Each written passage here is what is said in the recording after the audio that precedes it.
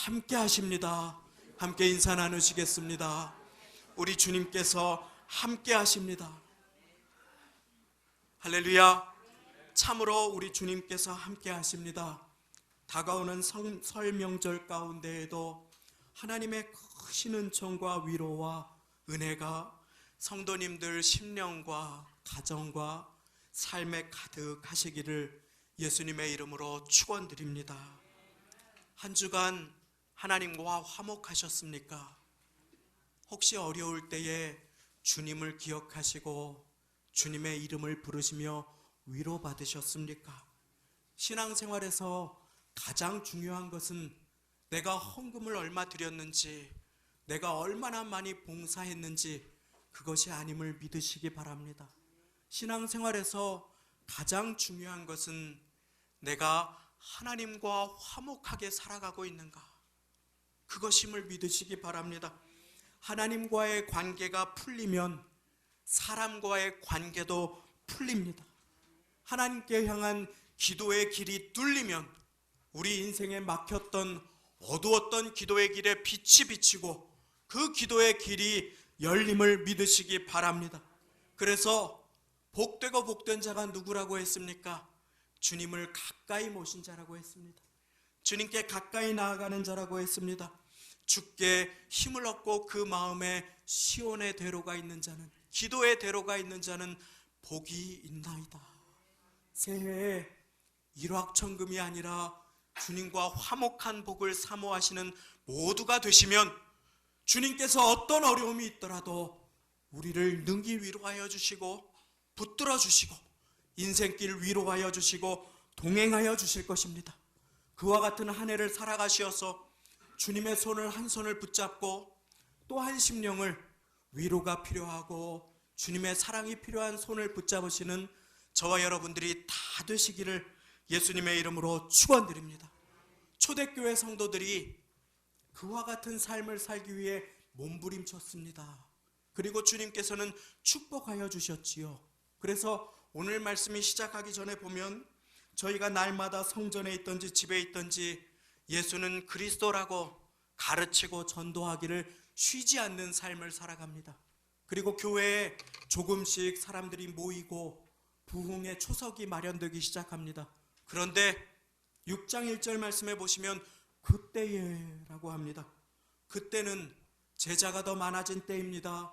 간절하게 기도하는 때입니다. 그때는 한 사람 두 사람 교회로 모이기 시작하는 때입니다. 돌봐야 할 영혼이 더 늘어난 그때입니다. 그런데 그때에 교회에 어려움이 다가오게 됩니다. 그때에 오늘 말씀에 나타난 그때의 교회에 다가온 그 어려움은 아나니아와 삽비라처럼 그저 개인의 범죄 때문에 찾아온 어려움이 아니라 공동체적인 환난이었습니다. 어떤 어려움이 찾아왔습니까? 1절 말씀 제가 읽어드리겠습니다. 그때에 제자가 더 많아졌는데 헬라파 유대인들이 자기의 과부들이 그 매일 구제에 빠짐으로 히브리파 사람을 원망한대. 자, 1절 말씀이 이렇게 우리에게 보여주고 있습니다. 그때의 제자가 더 많아졌는데 교회가 부흥하기 시작했는데 사람들이 모이려고 하는데 헬라파 유대인들이 자기의 과부들이 그 매일 구제에 빠짐으로 히브리파 사람을 원망한대. 자, 당시에는 초대교회에는 예수님의 부활과 그 부활 이후에 예수님의 구세주 되심을 고백하며 예루살렘에 세워진 이 귀한 교회에 두 부류의 사람들이 있었습니다. 아주 소수의 헬라파 사람들이 있었습니다. 이분들은 고국을 떠나서 해외에 거주하시다가 나중에 고국으로 돌아오시게 되셔서 교회에 합류하게 되신 그러한 소수의 사람들이었습니다. 그리고 오랫동안 원래 자리에 잘 계셔 주셨던, 그리고 예수님을 구주로 믿고 든든하게 자리를 지키시기 시작한 다수의 히브리파 분들이 계셨습니다. 문화도 배경도 다른 이 분들이 하나가 되어서 예수님을 섬기는 아름다운 모습이 초대교회 안에 있었던 것입니다. 특별히 당시에 교회 공동체는 공동생활을 하셨습니다. 자신의 재산을 교회에 드리고 사도들의 가르침을 받아서 떡을 떼고 기도하며 성찬도 나누고 식사도 함께하는 그렇게 공동생활을 해나가는 교회였습니다. 그런데 사람이 더 많아지면서 소수의 헬라파 사람들 중에서 홀로 되신 여인분들, 당시에 사회생활을 하지 못하는 홀로 되신 여인분들이 그만 매일의 식사와 돌봄에서 제외가 되는 안타까운 일이 생겨버린 것입니다. 그래서는 안 되는데 봉사와 섬김에서 그분들이 투명인간처럼 되어버리는 그런 일이 갑자기 생기게 된 것입니다. 그리고 그 결과로 헬라파 유대인들이 그 홀로 되신 분들의 아픔을 받아서 교회 공동체의 대다수의 히브리파 사람들에게 이 문제를 나누며 갑자기 공동체에 원망이 일어나는 일이 생기게 되었습니다. 불평과 아픔으로 공동체가 쪼개질 위기에 처한 것입니다.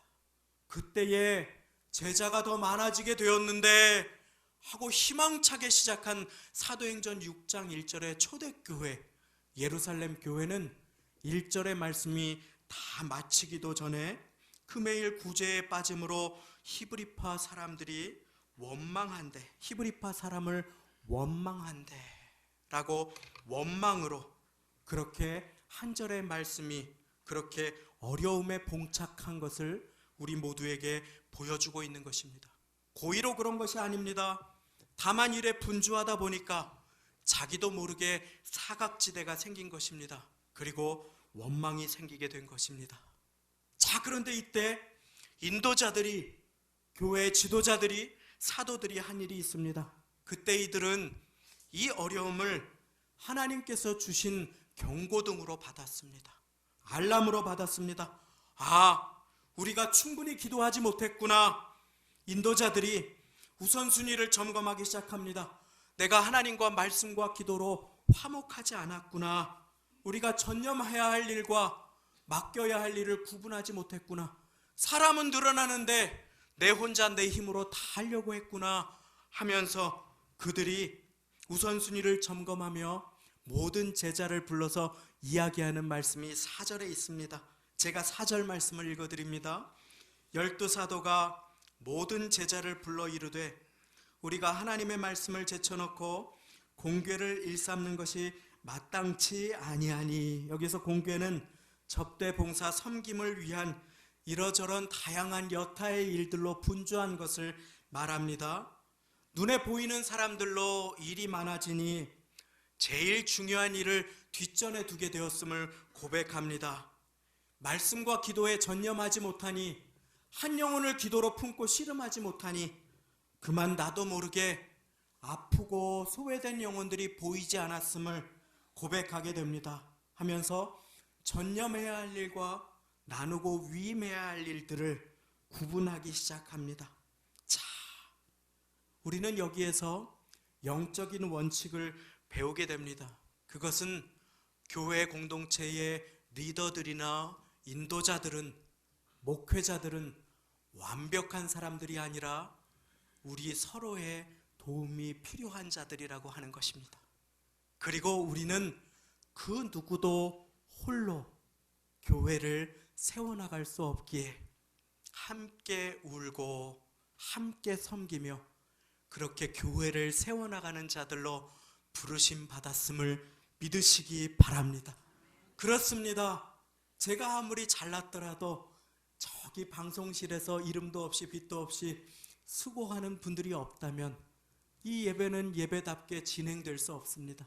제가 아무리 반갑더라도 말씀을 전하며 저 뒤에 오시는 성도님들을 반갑게 손을 내밀어서 맞아드릴 수는 없습니다. 내가 아무리 눈치가 빠르고 능력이 많더라도 내 뒷모습을 볼 수 있는 사람은 아무도 없습니다. 누군가 내 뒷모습을 보고 다듬어주고 붙들어주고 함께 섬겨야 하는 것입니다. 완벽한 사람은 아무도 없습니다. 우리는 내 곁에 사람이 필요한 것입니다. 그리고 주님의 교회는 그 사람들을 소외되지 않게 붙들어주고 세워가도록 우리 위에 세워졌음을 믿으시기 바랍니다. 이 시간에 말씀 더 듣기 전에 옆에 있는 분들에게 당신이 소중합니다. 당신이 귀하십니다. 한번 고백하겠습니다. 소중하고 귀하십니다. 그렇습니다. 연세가 드신 분도 약하신 분도 소중하고 귀한 것입니다. 나 한 사람 빠진다고 무슨 일이 있겠나. 머리가 희끗하신 어르신이 빠지면 가슴 아파하는 것이 교회인 것입니다. 새로 오신 한 분이 빠졌는데 마음이 허전하지 않으면 우리는 교회가 아닐 수 있는 것입니다. 사랑하는 여러분, 우리의 마음을 함께 돌아보기를 원합니다. 이 과부들이, 홀로 되신 여인들이 매일의 구제에서 빠졌으면 얼마나 소외감을 느끼셨겠습니까? 얼마나 배가 고프고 아프셨겠습니까? 그런데 사도들에게 그 음성을 전해주자 사도들이 불평하지 말라고 정죄하지 않습니다. 사도들이 자신의 잘못과 연약함을 인정합니다. 그 대신에 나 홀로 이 일을 할 수 없으니 우리 함께 교회를 세워가자 라고 하는 것입니다. 여러분, 우리는 교회의 어려움과 부족함을 발견하고 지적하는 것을 넘어서서 함께 교회를 세워가는 분들로 부르심 받았음을 믿으시기 바랍니다. 아이, 저 성가대가 화음 틀리네. 우리는 이런 것을 지적하기 위해서 예배의 자리에 온 것이 아닙니다. 사랑하는 여러분, 화장실이 지저분할 때 휴지를 꺼내어서 다음 사람을 위해서 그것을 닦아주는 한 사람, 다음 사람이 지저분한 것을 밟지 않도록 교회를 주님의 마음으로 섬기고 무릎을 굽히는 한 사람 한 사람을 통해서 교회는 아름답게 세워져 가는 것입니다. 그리고 그 축복은 고스란히 나에게 돌아옵니다. 만약에 이렇게 해서 초대교회가 아픔 가운데 파가 나뉘어지고 분열되고 교회가 쪼개졌다면 어떻게 됐겠습니까? 그런데 이들은 기도하고 하나님께서 주시는 사인으로 받습니다. 무릎 꿇어라, 기도에 전념해라.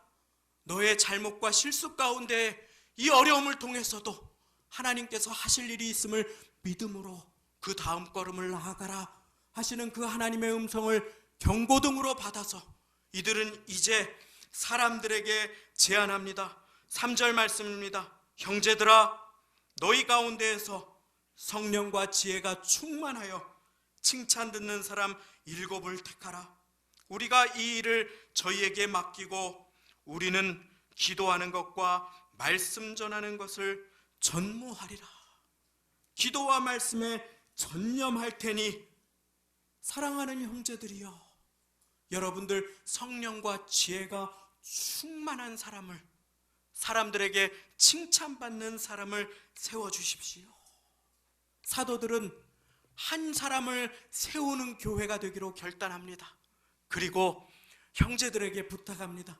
형제님들, 그러면 성령과 지혜가 충만하고 사람들에게 칭찬받는 귀한 사람들을 세워주십시오. 여기에서 우리는 기억해야 합니다. 여러분들 능력 많은 사람 택하셔야 되겠습니다. 하지 않았습니다. 여러분들 그래도 대학은 나온 사람 택해 주십시오. 한 적이 없습니다. 사도들은 많이 배운 사람, 지식 많은 사람, 건강한 사람, 카리즈마 있는 사람, 말빨이 센 사람을 택하라고 이야기한 적이 없습니다. 사도들은 성령과 지혜가 충만하여 사람들에게 칭찬받는 사람, 우리 모두 그와 같은 사람이 되시기를 예수님의 이름으로 축원합니다. 내 능력으로 교회 섬기려고 하면 시험 듭니다. 그런데 사람들에게 칭찬받는 사람이라고 하는 말의 원뜻은 예수님의 증인된 사람, 내 힘으로 할 수 없으니 예수님 나와 동행하여 주십시오. 부활하신 주님을 내 곁에 모시고 예수님을 전하고 예수님을 나누는 사람, 예수님의 위로로 살아가는 사람, 예수님의 손 붙잡고 살아가는 사람, 그 한 사람을 세우라고 그렇게 사도들은 명령한 것입니다. 내 능력으로 내가 인생에 맡겨주신 일 감당하겠습니다 하는 분 한 분도 없으시기를 바랍니다. 주님의 능력으로, 주님께서 주시는 지혜로 책상 앞에 앉아서 기도하면서 주님께 지혜를 구하셔서 직장 일을, 회사 일을, 가정 일을, 자녀 양육을 감당하시는 복된 모두가 되시기를 바랍니다. 그리고 주님께서 맡겨주신 이 교회를 기도로, 주님께서 주시는 능력으로 감당할 때에 내게 능력 주시는 자 안에서 내가 모든 일을 할 수 있느니라 고백하는 모두가 되시기를 예수님의 이름으로 축원합니다. 우리가 이 말을 듣고 기뻐합니다.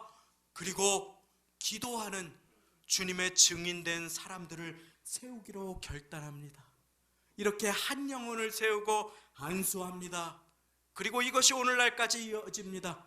이것이 집사님의 직분의 시초가 되었습니다. 안수 집사님이 여기에서 파생되게 되었습니다.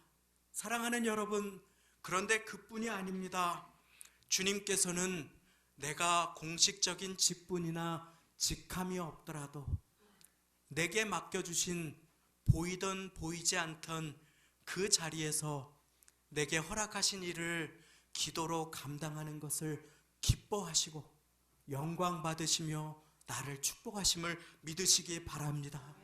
여기에 섬김이 집사라고 그렇게 7명으로 표현된 그 디아코노스라고 하는 그 성경의 원어는 집사라고 하는 자뿐만 아니라 섬김다, 봉사자라고 하는 뜻이, 큰 뜻이 있습니다. 유형에 세워지신 분들뿐 아니라 직분을 받으신 분들뿐 아니라 보이지 않게 섬기시는 모든 분들, 교회 나오신 지 얼마 안 되셨지만 교회를 사랑하시는 모든 분들 통해서라도 그 기도를 받으셔서 주님께서 높임과 영광을 받으시고 교회를 세워주시는 주님이심을 오늘 말씀은 보여주고 있는 것입니다. 나서서 수고하시는 분들뿐 아니라 조용히 뒤에서 교회를 위해 기도하시는 분들, 앞장서서 비바람을 맞으시면서 눈물을 흘리시는 분들뿐 아니라 간절하게 보이지 않는 골방에서 교회를 위해서 기도하시는 분들의 그 기도를 통하여 주님께서는 교회를 아름답게 세워가심을 믿으시기 바랍니다. 교회는 담임 목회자의 것이 아닙니다. 교회는 우리 모두의 것이며 무엇보다 교회는 주님의 것임을 믿으시기 바랍니다. 내가 이 반석 위에 내 교회를 세우리니, 사랑하는 여러분, 여러분들 주님께서 택하셔서 이 자리로 보내어 주셨습니다.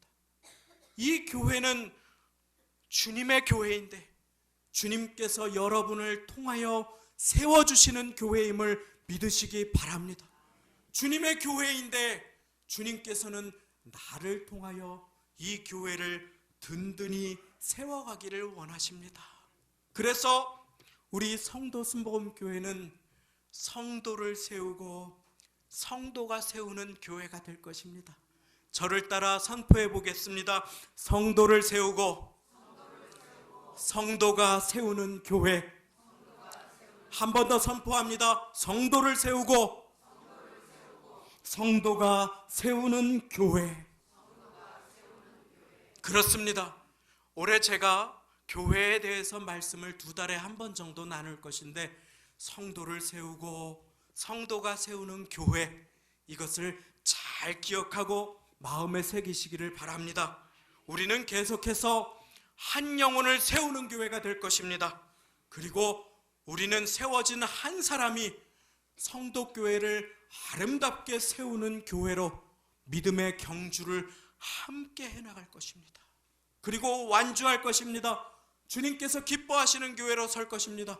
그렇게 한 사람을 기도로 세우는 교회, 그렇게 잘난 한 사람이 이끄는 교회가 아니라 모두가 교회를 사랑하여 한 가지 한 가지 일을 분담하여서 나누어 행하는 교회, 그렇게 소수의 헬러파 홀로 되신 여인들까지도 그 아픔까지도 돌아보아주고 찾아가 위로해주고 미안함을 전해주고 식사를 나누어주고 섬김을 나누어주는 그 교회를 주님께서 어떻게 쓰셨습니까? 성경 가지신 분들 이제 마지막으로 다 같이 7절 말씀, 사도행전 6장 7절 말씀 함께 같이 읽겠습니다. 시작. 하나님의 말씀이 점점 왕성하여 예루살렘에 있는 제자의 수가 더 심히 많아지고 허다한 제사장의 무리도 이 도에 복종하니라. 아멘. 예루살렘 교회에 다가온, 초대교회에 다가온 어려움을 통하여 하나님께서는 전화위복의 하나님이 되어주셨음을 믿습니다. 그렇습니다. 말씀 맺습니다. 초대교회는 완벽한 사람들이 모인 교회 아니었습니다. 잘난 사도들만 있는 교회도 아니었습니다. 성령으로 충만하였으나 그들은 인간이었으며 부족함도 있었습니다. 우리 교회에 세움받은 사람들은 실수 없는 사람도 약점 없는 사람도 부족함 없는 사람도 아님을 믿으시기 바랍니다. 그분들은 우리가 함께 기도로 도와서 교회를 세워나가는 그와 같은 분들입니다. 그렇습니다. 한 영혼을 기도로 세워드리는 교회, 직분자들을 세우고 나몰라라 하지 않고 그분들을 위해서 기도해드리는 교회, 직분자들은 교회에 소외되고 보이지 않는 한 영혼을 위해 찾아가서 손을 잡아주고 그 애환을 들어주고 위에서 기도해주는 교회가 될 때 하나님의 교회는 든든하게 서가고 주의 말씀은 한 심령 한 심령을 위로하여 보듬고 세워주는 교회가 되는 것입니다. 자, 이제 오늘 말씀을 들었습니다. 2020년도 보이는 곳에서 보이지 않는 곳에서 교회를 사랑하고 교회를 위해 기도하고 나에게 맡겨주신 한 영혼을 위해 기도함으로 우리 함께 성도를 세우고 성도가 세우는 교회가 되기를 바랍니다. 그리하여 나를 통해 일하시는 하나님을 경험하고 주님의 충성된 증인이 되어서 말씀과 성령이 충만하여 사람들에게 칭찬받고 나를 통해 교회가 축복을 받으며 그 축복이 내 인생과 가정에 고스란히 흐르는 복된 2020년을 살게 되시기를 예수님의 이름으로 축원드립니다. 함께 기도하시겠습니다.